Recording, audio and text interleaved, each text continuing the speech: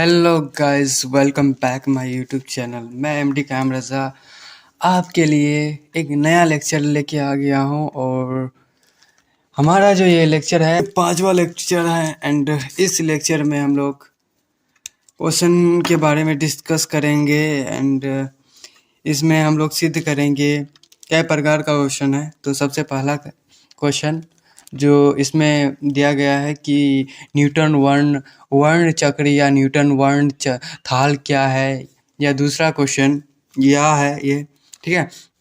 और न्यूटन ने अपने वर्ण थाल को कैसे दिखाया कि श्वेत प्रकाश 7 रंगों का सम्मिश्रण है, ठीक है। न्यूटन ने सबसे पहले किया है, न्यूटन ने धातु का एक वृत्ताकार थाल लेकर उसको 7 बराबर त्रिज्याखंड में बांटकर उसे 7 विभिन्न रंगों से रंग दिया गया, ठीक है। और इस रचना को न्यूटन वर्ण चक्र या न्यूटन थाल के नाम से भी जाना जाता है। और न्यूटन ने जब अपने थाल को तेजी से घुमाया तो देखा कि और पाया भी कि थाल जो है सफ़ेद रंग की दिख रही थी, ठीक है। हमारा जो श्वेत प्रकाश है 7 रंगों का सम्मिश्रण होता है, इससे सिद्ध हो गया, ठीक है। अब हम लोग इस नोट को देखेंगे।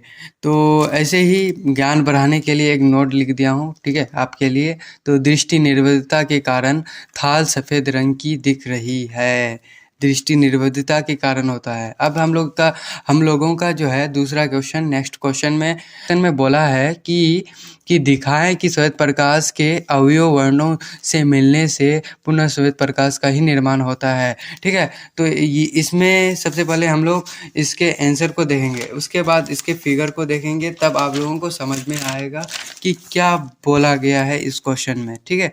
तो इसका आंसर है कि श्वेत प्रकाश के अवयव वर्णों के मिलने से पुनः श्वेत प्रकाश का ही निर्माण होता है। इसे प्रयोग द्वारा सिद्ध करने के लिए समान कोण वाले 2 प्रिज्म लेकर उसे ऊर्ध्वाधर में समांतर एक दूसरे के विपरीत रखते हैं, ठीक है। जब पहले प्रिज्म से प्रकाश का अपवर्तन होता है तो वह 7 रंगों में बट जाती है, और तब दूसरे प्रिज्म द्वारा 7 रंगों का विपरीत विक्षेपण होता है और वे एक दो जगह जमा होकर और पर्दे पर श्वेत रंग की पट्टी प्राप्त होती है। इससे इस प्रकार सिद्ध होता है कि श्वेत प्रकाश के अवयव वर्णों के मिलने से पुनः श्वेत प्रकाश का ही निर्माण होता है, जिसमें आप लोग इस फिगर में देख सकते हैं कि फिगर इसमें 2 हम लोग क्या लिए, एक त्रिभुजाकार 2 पार्ट लिए और उसमें 2 प्रिज्म लिए, और उसमें श्वेत प्रकाश को जब परावर्तित किया गया, अपवर्तन कराया गया, तो वो श्वेत प्रकाश 7 रंगों में बटा।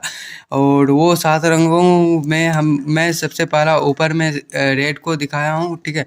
ये रेड है और यहाँ ये हमारा वायलेंट है, और उसमें भीतर जो है 7 पूरा और भी कलर का प्रकाश जा रहा है, उसको मैं डिफाइन नहीं किया हूँ, ठीक है। आपको ऐसे ही 2 ही प्रकाश को दिखा रहा हूँ। अब 7 प्रकाश मिलकर के दूसरे पेज में जब अपवर्तित होता है तो वो अपवर्तन के बाद जो ये होता है वो पुनः श्वेत प्रकाश जो आपस एक बिंदु पर जमा होता है और वो पुनः क्या होता है, श्वेत प्रकाश में बन जाता है। एंड इससे सिद्ध हो गया कि श्वेत प्रकाश के जो 7 रंगों का सम्मिश्रण होता है और 7 रंगों से किससे मिलने के बाद ही श्वेत प्रकाश का निर्माण होता है, ठीक है। अब हम लोग चलेंगे दूसरे नेक्स्ट क्वेश्चन की ओर। एंड इस क्वेश्चन में कहा है कि आप यह कैसे कह सकते हैं कि श्वेत प्रकाश एक सौर है। आप लोग कैसे कह सकते हैं कि श्वेत प्रकाश एक सौर है।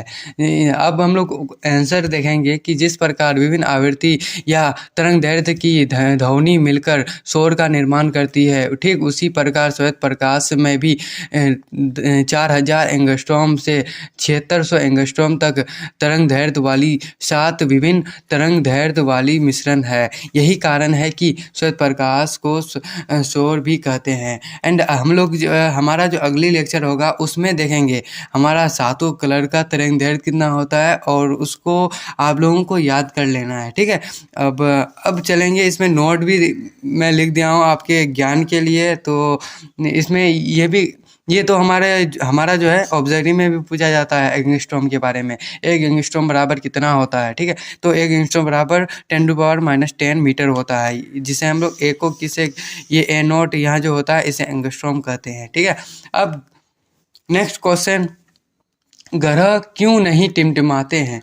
तो ग्रह का अपना प्रकाश नहीं होता, यह सूर्य या तारे के प्रकाश से चमकते हैं। सबसे बड़ी बात यह है कि तारों की तुलना में ग्रह हमसे काफ़ी नज़दीक है, जिस कारण हमारी आंखें और ग्रहों के बीच का अपवर्तनांक में कोई खास परिवर्तन नहीं होता है, ठीक है।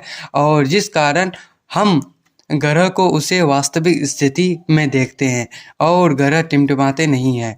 और नोट में भी लिखा गया है कि ग्रहों को घुमक्कर भी कहते हैं, ठीक है। इसको घुमक्कर, ग्रह को हम लोग क्या कह सकते हैं, घुमक्कर कह सकते हैं। और वे क्या होते हैं, लगातार अपनी स्थिति जो होते हैं वो बदलते रहते हैं, इसलिए उसे घुमक्कर कहा जाता है। एंड अब हम लोग चलेंगे अपनी नेक्स्ट क्वेश्चन की ओर। तो इस क्वेश्चन में बोला गया है कि स्वच्छ आकाश नीला क्यों दिखता है?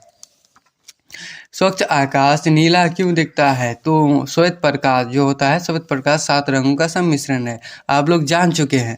तो लाल प्रकाश का वेग सबसे अधिक होता है, ये भी आप लोग जानते हैं। एंड बैगनी का या नीला प्रकाश का वेग सबसे कम होता है, जिस कारण लाल प्रकाश का विचलन परिकिरणन सबसे कम और बैगनी प्रकाश आसमानी प्रकाश का विचलन और परिकिरणन सबसे अधिक होता है। और हमारी आंखें बैगनी प्रकाश की तुलना में नीला प्रकाश के प्रति अधिक संवेदनशील होता है। यही हमारा मेन खास पॉइंट है। क्या होता है कि हमारे आँख जो होता है, ये आँख बैगनी प्रकाश की तुलना में नीला प्रकाश इसके प्रति बहुत ज़्यादा संवेदनशील है, ठीक है। यही कारण है कि स्वच्छ आकाश को हमें देखने पर नीला दिखाई पड़ता है, ठीक है। अब हम लोग चलेंगे अपनी दूसरा जो है नेक्स्ट क्वेश्चन। एंड अंतरिक्ष यात्री को आकाश काला क्यों दिखता है? जो आंतरिक यात्री जाता है ऊपर, तो उसको आकाश जो है काला दिखता है, क्यों? तो इसका आंसर होगा कि अंतरिक्ष वह स्थान है जहाँ कुछ भी नहीं पाया जाता, ना ही हवा है और ना ही वायुमंडलीय मंडल पाया जाता है और ना ही कोई कण, ठीक है। अतः वहाँ किसी भी प्रकार के रंग का विचलन या परिकिरणन नहीं होता है। तो यही कारण है कि अंतरिक्ष यात्रियों को आकाश काला दिखाई पड़ता है, ठीक है। तो अब दूसरा क्वेश्चन में बोला गया है कि बादल का रंग सफ़ेद क्यों होता है? तो बादल का रंग सफ़ेद क्यों होता है उसके बारे में। तो बादल का बनना एक प्राकृतिक घटना है। ये जल के सूक्ष्म बिंदुओं से बनी होती है। जब सूर्य प्रकाश इन जलों के बूंदों पर पड़ता है, तब वे श्वेत प्रकाश को समान रूप से 7 रंगों में परिकिरणित करती है, जो आपस में मिलकर पुनः श्वेत प्रकाश का ही निर्माण करती है। और यही कारण है कि हमें बादल होता है श्वेत दिखता है, ठीक है। अब चलते हैं नेक्स्ट क्वेश्चन। तो खतरे का संकेत लाल रंग का क्यों होता है? तो जिस प्रकार का तरंगदैर्घ्य या वेग जितना अधिक होता है, उसका परिकिरणन उतना ही कम होता है। श्वेत प्रकाश में 7 रंग पाए जाते हैं, जिसमें से लाल प्रकाश का तरंगदैर्घ्य जो होता है, लाल प्रकाश का तरंगदैर्घ्य और वेग सबसे अधिक, जिस कारण लाल रंग का परिकिरणन सबसे कम होता है। और अर्थात लाल रंग बिना छितराए सबसे अधिक दूरी तय कर सकती है। यही कारण है कि खतरे का संकेत लाल रंग होता है, ताकि दूर से, यानी दूर अगर व्यक्ति हो तो उसको दिख जाए, ठीक है। एंड आज जो है हम लोग यहीं तक रखते हैं। एंड अगला लेक्चर जो है हमारा मेग्नेटिक्स का सिद्धांत के बारे में जानेंगे, और बहुत सारा क्वेश्चन है उस लेक्चर में। एंड 2-3 लेक्चर के बाद ये चैप्टर फिनिश हो जाएगा। ये चैप्टर से फिनिश होने के बाद हम लोग जो है दूसरा चैप्टर शुरू करेंगे, विद्युत धारा। एंड इसका जो PDF है गाइस, इसका PDF जो मैं ये नोट प्रोवाइड कर रहा हूँ, इसका PDF आप लोगों को डिस्क्रिप्शन बॉक्स में टेलीग्राम चैनल है, उसको फॉलो कर लेना है। उसमें आप लोगों को इसका PDF मिल जाएगा। एंड मेरे चैनल को सब्सक्राइब नहीं किया है तो सब्सक्राइब कर दे, बेल आइकन को हिट कर दे ताकि हर वीडियो की नोटिफिकेशन आपको मिलता रहे रेगुलर। एंड वीडियो को लाइक करें, शेयर करें and thank you for watching the video.